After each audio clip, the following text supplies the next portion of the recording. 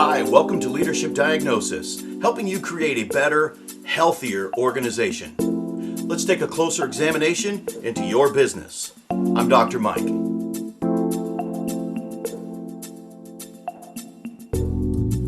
Decisions.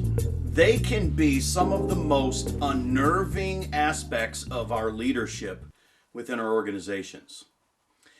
When we talk about decisions, we really come at it from two different talking points. And the first thing that I would say to you as far as decisions are concerned is that they are all made out or not made out of what I call our PDT.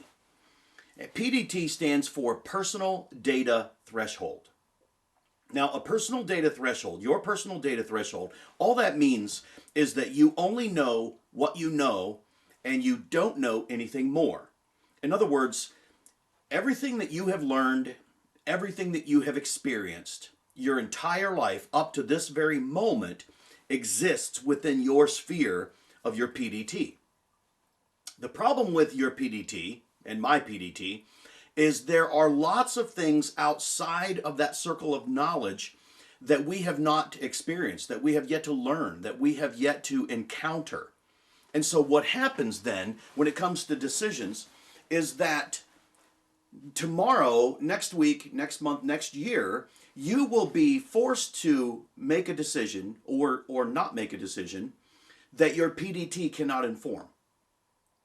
Which brings me to my second talking point of decision making, and that is what I call the rush philosophy. Now, I call it the rush philosophy because it is based on the band called Rush from many years ago. They wrote a brilliant lyrics within a song, and they said this: if you choose not to decide, you still have made a choice. It begs the question then, what then did you decide? If you're faced with a decision and you've decided to not move forward on that decision, what did you decide if in fact you still made a choice?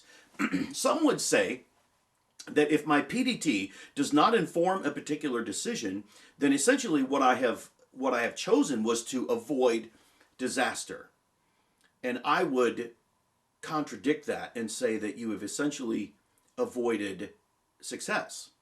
And you might ask yourself, or ask me, how could I have avoided, how did I avoid success if my PDT didn't inform this decision and I don't have the experience or the knowledge or the education in order to make that decision? How did I avoid success? Well, I can explain that by telling you this short story. There was a man who was appointed CEO of a particular organization. The organization wasn't doing very well at all. In fact, they had spent years in decline. This man took the helm of the CEO position and began to work with his board of directors and his advisory board, and they began to make decisions for the organization, all of which just seemed to work.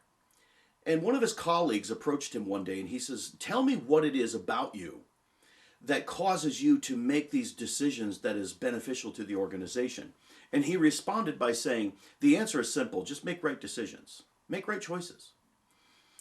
And the other man said to him, he goes, "Well, I get that. That makes sense to me, but how do you know what the right decisions are?" And his response was this: "Because I have spent years making the wrong ones." I find that to be very powerful and fascinating all at the same time. You see, oftentimes we are so afraid of failure that if there is a decision that we're facing and we don't think that we have the experience or the knowledge or the understanding to make this decision, we're fearful of moving forward. Now, I'm not saying that everything that we need to do, we just jump in with both feet without any educated guesses, without any risk management. We can talk more about risk management if you'd like to reach out to me. There are ways that we can make informed decisions, but sometimes we have to allow ourselves to learn from our failures. The greatest lessons in our lives are not learned by victory and success, but the greatest lessons that we learn are through adversity and failure. So I want to be the kind of leader, and I hope that you would too, where I am taking every experience and every opportunity, and I'm willing to take a risk from time to time and even risk losing or risk failing in order that I might learn a lesson from this today, that I might be the kind of leader tomorrow where my touch turns things to gold. where I can have a history of experiences whereby I know what the wrong thing is, so that tomorrow I know what the right thing is. If you have any questions, reach out to us here at ExecuSpec. We'd love to help. We help develop leadership skills. We help you with decision-making processes, amongst other competencies. Give us a call here at ExecuSpec. We'd love to talk with you more. Have a great day.